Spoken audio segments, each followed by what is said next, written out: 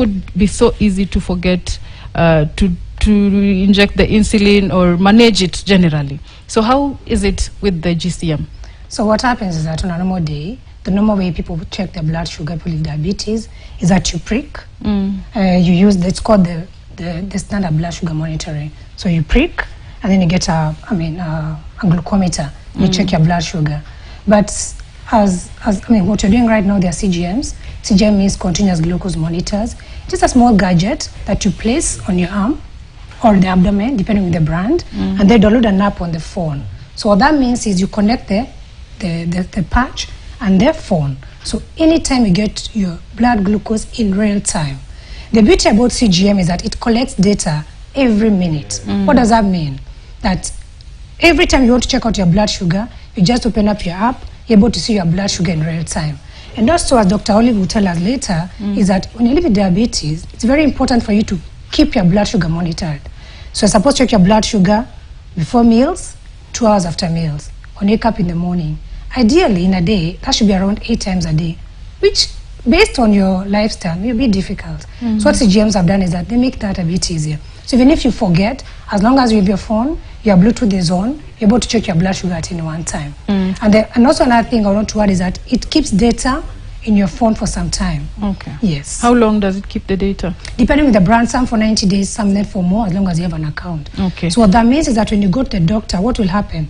You will go to the app, there are graphs, and those graphs give a lot of information to the doctors. Then they're able to tell what has been happening for the time that you've been hearing your sensors. Okay. Yes. And when you talk about the amount of time that it keeps the data, what about if I forget, for example, to check? Does it have notification or something? Does it notify you in terms like the way you would get a message that you need to check your you monitor your glucose? Yes. What happens is that we can set in the app alarms, and these alarms are based on high and low. Okay. So what you normally do, we'll ask the patient or the person with diabetes what is their grade glucose measurements that you need to have before, after meals, low and high. So we set the alarms accordingly on the advice that they get from the healthcare providers. Okay. Yes. And I understand this is more of management and not diagnosis. Yes. And so I believe there's still more that needs to be done when it comes to diagnosis of diabetes. Dr. Olive?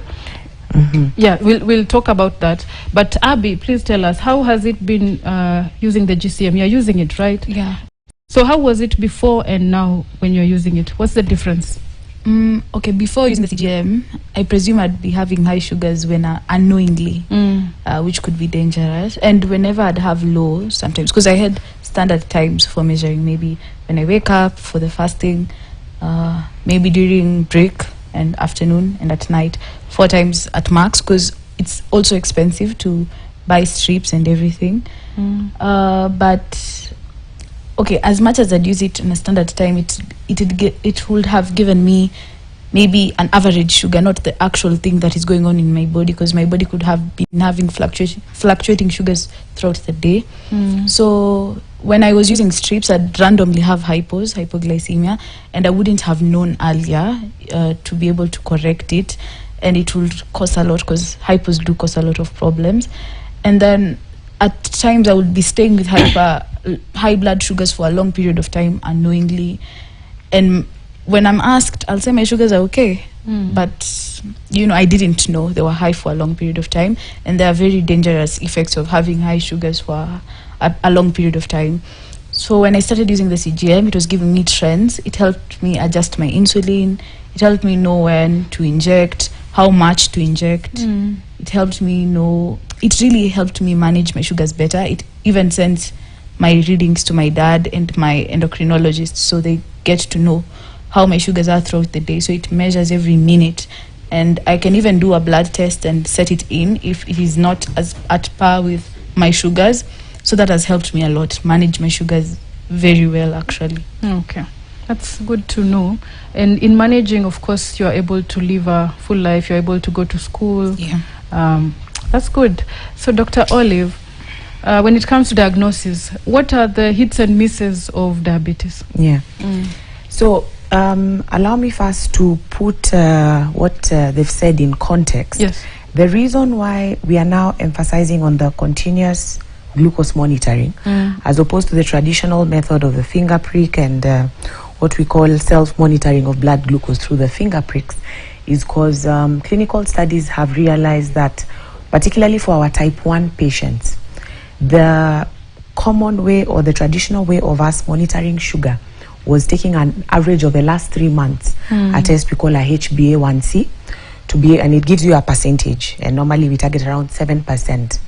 But for type 1 diabetics, you find that they have excursions of their sugar, sometimes low, what she's calling hypoglycemia, sometimes very high after eating, such that when you do the average, you may get a normal, but you miss out on a lot of real data on what is actually happening. And when it comes to development of complications in the context of diabetes, those fluctuations are actually what facilitate those complications. So you find that when we know exactly how those sugars behave, we are able to have what we call a legacy effect in diabetes in terms of preventing those complications later. Now, when it comes to diagnosis, again, the same test, the HbA1c, becomes relevant in the context of both type 1 and type 2, but you find that those clinical symptoms that Abby described very well are, of course, the basic approach in terms of how the patient presents, and then now there are those specific tests that we do. For us to say you have type 1, we have to demonstrate that autoimmunity I mentioned. We have to demonstrate that your immune system is attacking the pancreas, and there are certain antibody tests that we do. There are other surrogate markers we do for saying how much insulin do you actually have. And there's a test we call like a C-peptide level, which tells us actually this person has almost no insulin, or this one has a good insulin reserve, so likely they are a type 2. Okay. And there are several other tests, including genetic mutations and so on, over and above an estimation of your sugar level, which is the basic entry level of diagnosing diabetes. Yeah, so the world is moving to, like I said, precision diagnosis in terms of knowing, does this family have a mutation? If Abby has it, is the sister likely to get it? We do a genetic test. If it's there, we now even have medications to prevent that from occurring in the near future. Okay. Yeah. And you've talked about complications, heart disease, kidney damage, nerve damage, and eye problems. And research also shows that for every 10,000 people, 450 of those have diabetes. And also that many people go undiagnosed. So at what point does it become dangerous to the point of complications, especially when it is undiagnosed? Because I remember when I was in high school, we actually lost a classmate to diabetes, and we didn't know it was diabetes. She was taking too much water and she was losing a lot of weight. So how do you tell the signs before it's too late? That's an excellent question, because unlike in type 1, where patients present very early extreme symptoms, a type 1 patient will be very classic. It's like they read the book and came to your clinic. So they tend to be very classic, as Abby clearly described: excessive hunger, excessive thirst, dehydration symptoms, sometimes that comatose state, which we call diabetes, ketoacidosis, and so on. For type 2, the interesting thing is by the time they present, you've probably had those high sugars for 8 to 12 years. Wow. Without knowing. So you find that at what we call molecular level, or at the level of your cells, already the damage has started 8 years before you presented to the hospital. That's the natural history of diabetes. So as we always emphasize, the only way to know is to do your annual checks. Whenever you do your annual checkup head to toe, please include a fasting blood sugar or the HbA1c. It's the only foolproof way of knowing how your body is doing from year to year. Yes. So you can only know by checking, because you can't always assume that you will have the symptoms. By the time you're having the symptoms, you've actually had the disease for quite a bit of time. Okay. So the solution is to have annual checkups for your blood and glucose, sugar levels. Let's even say regular Checkups. Can be twice or thrice a year. Okay. So Abby, I know the emotional and mental anguish of the diagnosis could also have taken a toll on you. How did you manage it? Especially, you've talked about the coma. How did you go through that? Okay, when I woke up from the coma, I technically was just scared, but after being told you're diabetic, I was mostly shocked, because it was nothing I expected. But let's say I accepted it. And going on, I got to get emotional distress because of diabetes as I continued to stay with it. At some point, I felt I couldn't do some things because, you know, diabetics can't play sports, diabetics can't do this. So for me, I had limited myself, and it really did make me feel, you know, suppressed because I loved basketball, but I had to quit. Me too. I play basketball. Nice one. Yeah. But I had to quit. So you had to quit? Yeah, because of diabetes, and to stick to, you know, the things that don't require vigorous, you know, body workouts. And then I was gaining weight because of insulin, a lot of it. So that was also taking a toll on me. I felt not pretty technically because the standard of beauty is, you know, being slim, tender. Societal standards. Yeah. So gaining weight was also a big problem for me. I really tried to lose it, but I couldn't because, you know, you would hear, maybe try fasting, but you can't because you need insulin and you need to eat for you. Another thing that really took a toll on me was when I was applying for med school. I was feeling as if it would be a challenge for me to be diabetic, but in med school, because, you know, we're told in medicine there's a lot of work, there's a lot of labor, there's a lot of, you know, utasahau kukula, nini, you'll forget to take care of yourself when you're diabetic. So that really, I was almost giving up, but at the end of it I got accepted, and I'm learning how to take care of myself even as I am navigating school. Okay. I'm glad you're overcoming the challenges. So Grace, tell us, how does this technology, GCM, help people like Abby live their normal lives? Like if you're going to work, if you're a student, vis-a-vis without this technology, how is it helping? You realize that, especially trying to imagine if she's in med school and before every meal she has to keep checking. If she feels like she's sweating, she has to think, oh my gosh, is my blood sugar okay? With a CGM, it's very easy. You just get out of your phone and check. The standard blood glucose monitoring, you have to get out, go and prick somewhere, and also there is stigma. Yeah. You can imagine a place of work where you have to walk outside, even to use insulin, you have to go to the, I'm assuming, maybe to the washrooms, have yourself safe or back in your car. So how this has helped, even in terms of managing people's, I think, privacy, so, I mean, so to speak. And also, I look at it like people at workplace. If today you're in a meeting, a stressful meeting, and you haven't eaten, and you have no way of knowing how your blood sugar is, so anything that triggers any emotion in your body, you think it's about the blood sugar. But with CGM, it's very clear. It's very easy for you to just check and confirm. And as Dr. Olive said, there's something they call time in range. This means that for the time you're wearing this CGM, what time has your blood sugar been within range? From the app, you're able to tell. So that even when they're doing the diagnosis, it's very easy for her to be asked, what usually happens at 4 a.m. every day? And you're thinking, actually, my blood sugar goes low. So you don't live in the, you don't live guessing. No. I think there's more precision in terms of your blood sugar and what is happening. Okay. Yes. Oh, all right. Thank you so much. Such insightful discussions there. And we are going to take a short break. And when we come back, we'll talk about how to prevent diabetes. Is it preventable? And also how to manage at the workplace as a student. And of course, what needs to be done in the country. Don't go away. Welcome back. If you've just tuned in, this is the Health and Wellness Show. My name is Chabet Birir, and we are talking about diabetes. November 14th is World Diabetes Day, and this year's theme is about diabetes and well-being, with a focus on diabetes at the workplace and, of course, in school. So before we went for a break, we were talking about the symptoms of diabetes and how to manage. And, of course, with me on set, I have Dr. Olive Akunga, who is an endocrinologist. We have Abby Nyambura, who is living with diabetes, and we have Grace, who is the co-founder and director of Diabetes and Orthocare Limited. So we are talking about how to manage diabetes. We are talking about the challenges, the complications that come with diabetes. And now I want us to talk about preventing diabetes. Many people say diabetes is a lifestyle disease, but you've also talked about the genetic component of it. So is it preventable? Can you prevent it from flowing from your parents or your siblings to you? Mostly from your parents, of course. So how can we prevent it?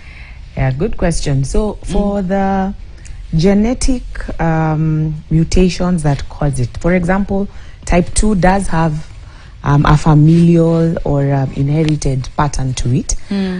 Type 1 as well. You may not be able to prevent it 100% for type 1, but for type 2, because it is a genetic mutation interacting with lifestyle. For example, if, for instance, you drink too much alcohol, causing constant injury to your pancreas, it's more likely to malfunction sooner. Okay. Or, for example, post COVID, we saw a lot of diabetes, or rather the numbers, our statistics going high after. Why? Because some of these viral infections, over and above affecting other body parts, they also affect the pancreas. So you find that general inflammation, which includes the pancreas, then also affects the cells that produce insulin. So those are some of the factors. They may not always be lifestyle. That's why we like to call it like the environment of a human being. The environment means what you're eating, your occupation. Are you being exposed to radiation? You may have a type of cancer that requires radiation of your abdomen, and it ends up affecting your pancreas. So there are many other factors around it that then will probably facilitate you to develop that diabetes of whatever variant. So currently we don't have an 100% foolproof way of preventing development of Diabetes. the known variants of diabetes, particularly if you have the genetic predisposition to it. So diet and nutrition, of course, we have those what we call high glycemic index foods, which generally tend to raise your blood sugar more than other foods, like, for example, the high fiber type of foods. They tend to sort of have a staggered way in terms of how they affect your blood sugar. And then you have those overly sugary foods, which again we call high glycemic index foods, which then tend to trigger your pancreas to produce more insulin. You sort of go on spikes. Okay. So when you look at, in terms of the diets that we advise, not just the diabetics to take, but the population in general, because and I think it's been mentioned, we currently have a pandemic of diabesity. We are calling it diabetes and obesity. Okay. Because in our population at the moment, obesity is actually a big factor that is driving diabetes. So we cannot divorce it from diet and nutrition. Whatever you take in, particularly things that are very high in terms of carb content. So you'll hear us talking a lot about carbohydrate counting, particularly for our patients who use insulin and so on. Okay. And also in terms of foods containing steroids, and that is basically everything that we are consuming currently. Even fish is being grown from ponds, and those whatever we are consuming. In fact, previously we would say make sure you do organic, do white more than red.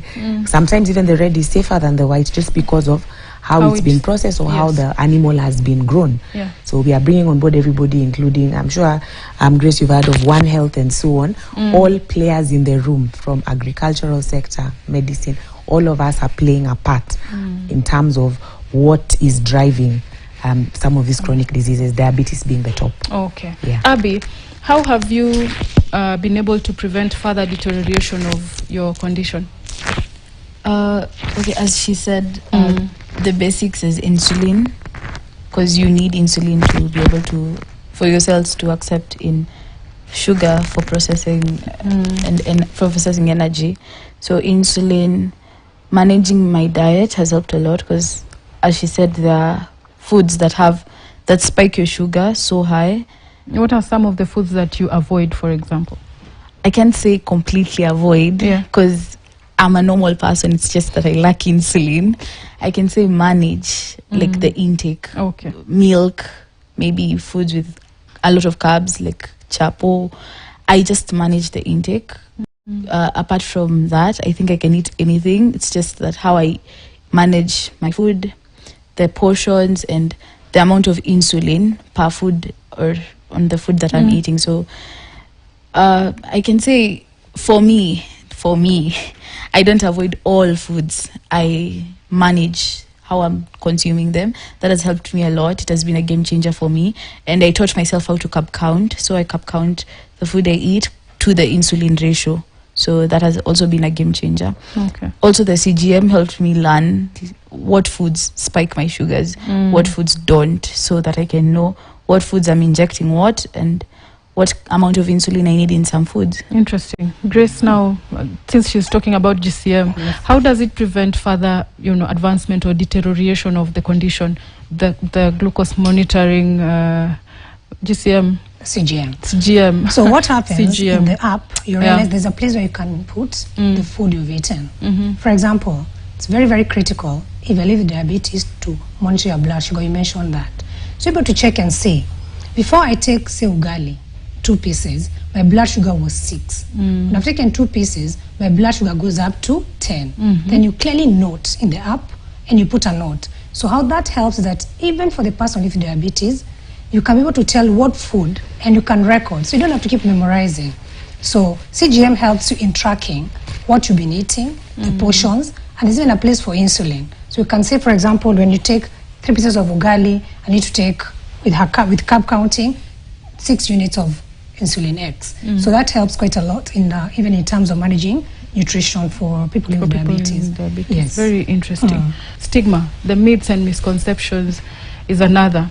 I'll start with you, Abby. What are some of the stigma or misconceptions and myths that you have encountered with the diagnosis, and how have you managed? When I was actually diagnosed when I was in high school, students would tell me, mbona uko na diabetes, umekula sukari mingi, like eating too much sugar, or saying that you've been addicted to confecty kind of foods, sweetie and everything. Keki. Yeah, keki. So people believe, I feel like it's a belief, that diabetes is caused by eating too much sugar. For type 2, it might, because it's a factor that is pushing one to get diabetes. One who has a genetic modification in them that has a diabetic strand. But for type 1, it's autoimmune, and it's not necessarily caused by eating too much sugar. It's an autoimmune disease where your beta cells are killed by your own immune system. But people, they will shun you and tell you it's your fault, technically. So they blame it on you, and it's kind of taking a toll on many people with diabetes. I have a friend, she's a student in primary. She has type 1 and she does not inject insulin because she thinks it's her fault. So she rarely eats food, thinking maybe if she stops eating, probably the diabetes will disappear. That now is self-stigma. Yeah. It's caused by others, let's say, because people tell her it's your fault, you caused it. So that's a big problem. People saying diabetes is caused by sugar because of lack of awareness.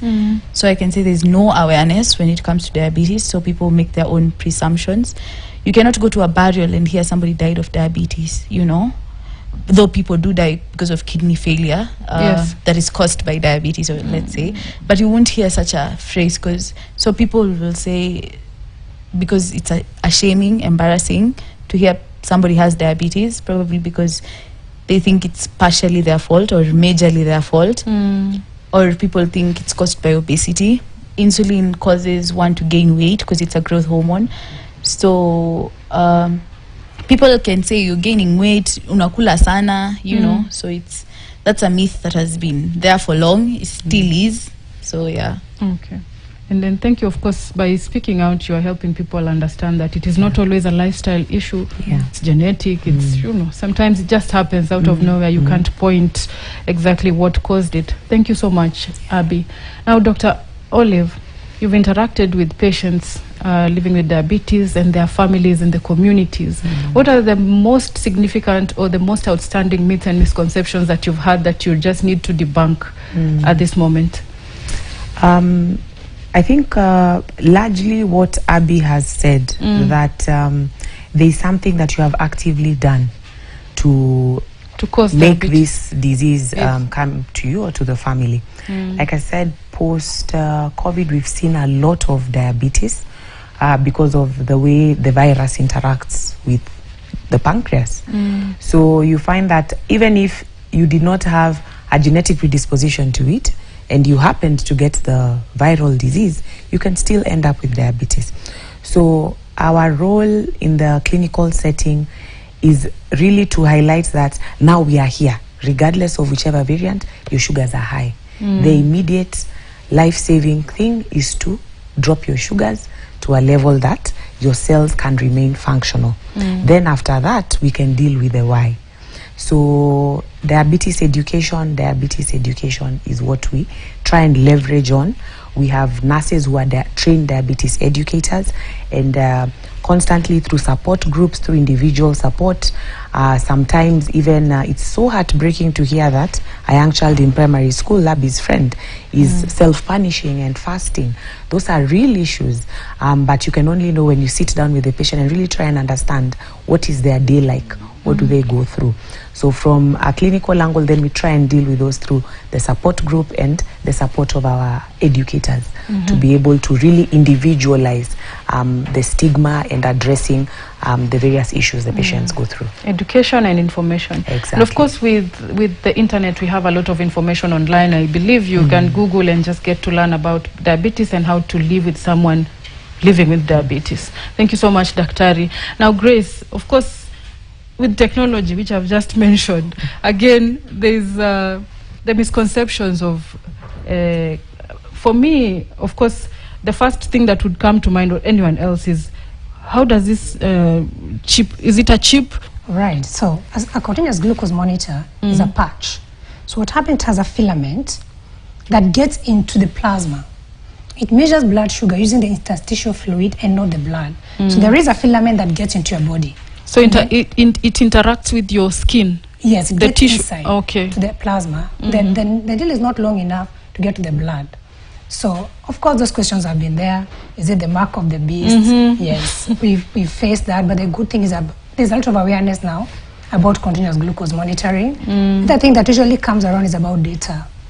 Who will access my data?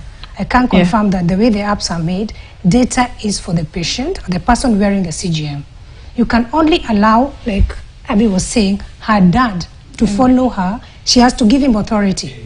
Even for her doctor, she's the one to authorize them to access her data. So in terms of data, it is the patient's, it's on the phone and the app. So it is consented by the patient to share they data. must consent on the same. Yes. All right. And let's now talk about managing in terms of diet, lifestyle, exercise.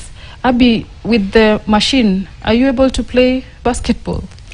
I feel I can now, because I can like easily get to know when my sugars are dropping or rising. So if I'm well prepared, I can play. I can. You can? Yeah. Okay. And I can do actually more. I can go for a run. I can swim. I can, because I am aware. I can hear the alarm and know it's dropping. I have something to drink. Yeah, so I can do much more, because I'm not really stressed about them dropping or going so high, because at times when you're doing vigorous activities, they go so high and then drop all of a sudden. So I'm not really worried, because something will alarm me and I'm set to react to it. So that has really been a game changer as well. Awesome. And Daktari, how can someone living with diabetes be able to, like you said, too many activities can trigger something hyper or hypo. How do they know that this is the time to stop when it comes to exercise, for example? That's a good question. Something that, of course, devices like the continuous glucose monitor would help with. But even with patients who don't have that, then it is moderation in terms of understanding your body. And that is part of what we do when we're doing the diabetes education. Teaching patients how to recognize symptoms of hypoglycemia. When you're doing a certain activity, you feel dizzy, lightheaded, excessive fatigue, highly likely those are signs of low blood sugar. You need to stop, have something that will push up your sugar in the immediate, and then you can access somewhere where you can check your sugar, and then you know whether that was a problem or there's another trigger. Similarly, if the sugar is too high, we teach them about what kind of symptoms to expect. Excessive thirst, excessive fatigue, feeling of dehydration. Some people even may collapse, so you have to teach even their support system.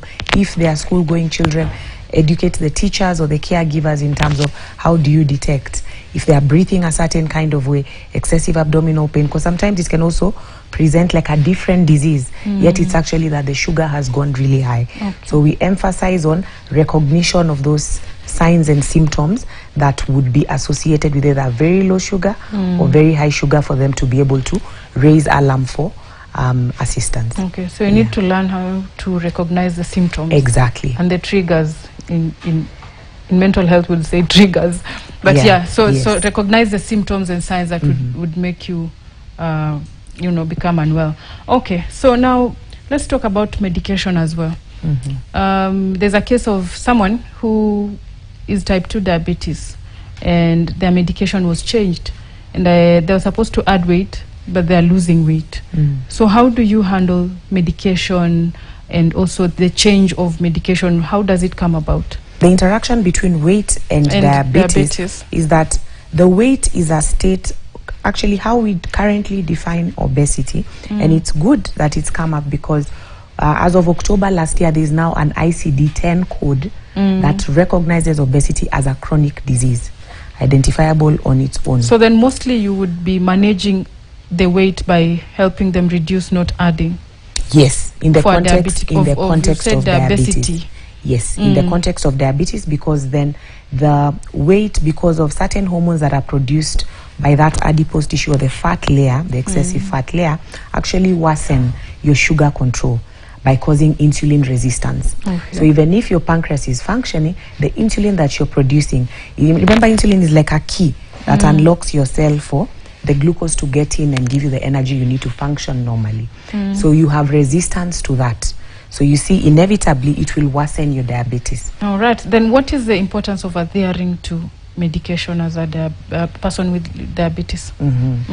Now, the only way, and I like what Abby said, that the anchor is insulin in a type 1, that you don't have the insulin.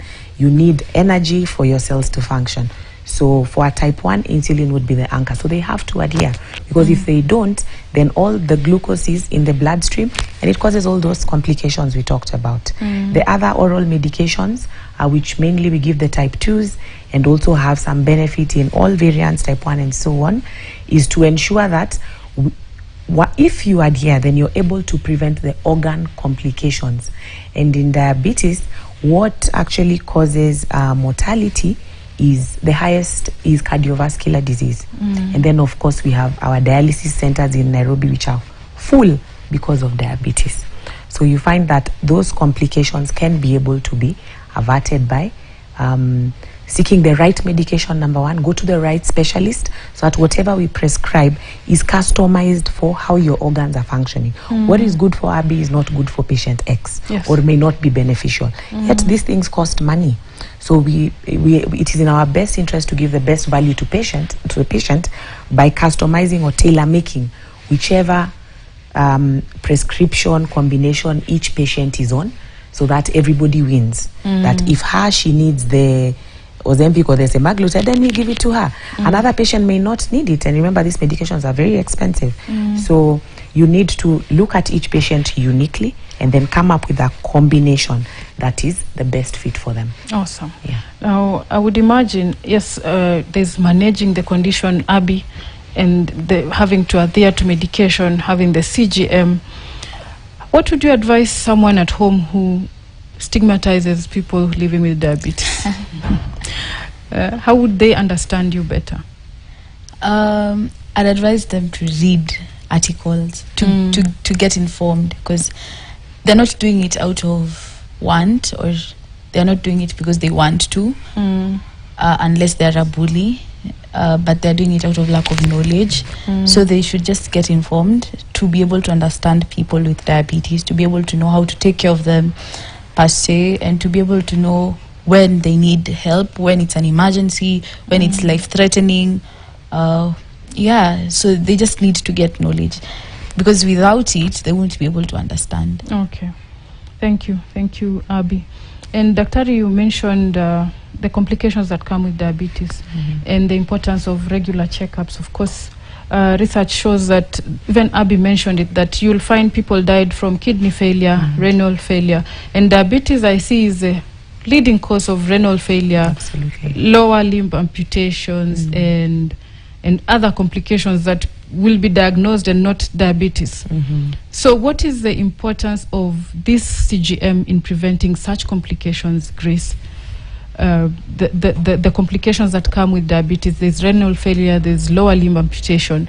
First of all, the importance of the CGM, and then next, how people can access it for those living with diabetes, the costs and how they can get it. We keep saying that when you have a CGM, you live in the know. You're no longer guessing. The numbers are good, but you take charge of your life. So what that means is that if you're, for example, if you're having CGM, you have a blood sugar well controlled, as Dr. Olive mentioned, it only means then that you're not likely to get into those complications. So CGM helps you live in the know, beyond the numbers. About accessing, we have an office in Hurlingham. Yes, and that's where we are based, in Hurlingham at Unipen, office number 4B. That's where we are based. And how much does it cost? The range, depending on the brand, between 13,500 all the way to around 20-something thousand, depending on the brand and the company. Yeah, and of course, for many people, 13,000, 15,000 would be out of reach. Yes. Daktari, please tell us. You are an endocrinologist, and of course, you influence policy. What needs to be done in the country for people to access this device? Yeah. For everyone actually living with diabetes, regardless of their social status. Yeah.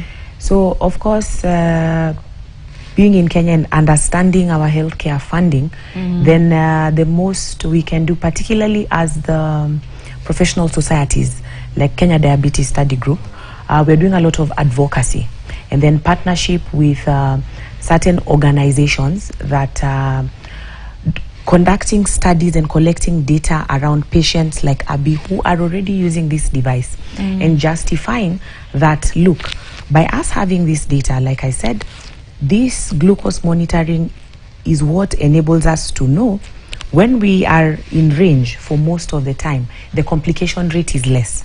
It is in the best interest of the health funding bodies, the government in this case, to know that it's more expensive to fund complications as opposed to just a diabetic who's healthy, walking around, is in medical school and thriving. Then they are going to become a productive member of society and contribute to our national economy. So it's by demonstrating that some of these devices are actually helping us to have the best outcomes for our patient so that they can contribute productively to the economy of the country. Similar to the discussion we're having around, of course, like you said, most of the dialysis centers are full because of diabetes. It is more expensive to dialyze than to transplant a patient. Similarly, we are doing advocacy around all these chronic illnesses to justify that if we can leverage on certain tech, certain provision of certain medications, you'll be surprised. Most of the medications we are talking about are not covered by the national insurer. So it is to advocate so that once there is that understanding, bring all stakeholders to the table, and then we can see that our patients can really get the best. And it's a win-win at the end of the day. Say no more. Thank you so much. We have little time left. Thank you so much for tuning in, for tuning in and for joining us on this discussion. So I'd just like us to have a parting shot, starting with Grace and then Abby and Daktari. Grace. For me, I'll say having CGM helps you control your life and living in the know, beyond the numbers. Thank you. Abby? I wouldn't have much to say. I just tell them to take care of themselves. Take care of yourself. Okay. And finally, Daktari? I think I can say that diabetes is not a death sentence. We have great medications and excellent experts in country. Link yourself to the right professional so that you can have your best chance at a great quality of life. Amazing. Thank you so much, Dr. Olive. Thank you, Abby. And thank you, Grace, for joining us on this very insightful discussion about diabetes. And you've heard it from the experts and of course the champion living with diabetes that it is not a death sentence. If you've just been diagnosed, there are ways to manage it, and there is a way that you can live your life fully like every other person. If you know someone living with diabetes, please be kind and extend grace. Do not stigmatize against someone living with diabetes. And of course, most importantly is that the government should make the consumables for diabetes accessible to everyone, from the lowest to the highest person when it comes to social class in society. Thank you so much for tuning in. This is the Health and Wellness Show. My name is Chabet Birir. Have a lovely evening.